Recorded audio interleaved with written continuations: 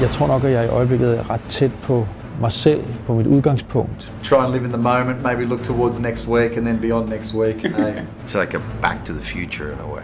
Jeg spiller så skide godt, så jeg tror, jeg er sådan. That was really good. I can't live up to that. Jeg holder meget af Transformers. Man tror jo ikke rigtigt på, at der kommer til at ske noget. We'll still be here. We'll be having dinner.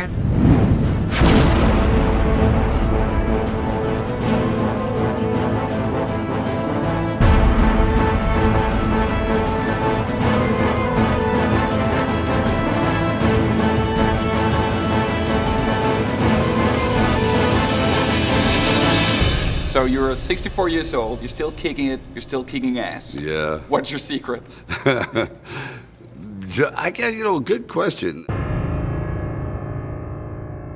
And now you know how actors feel all the time.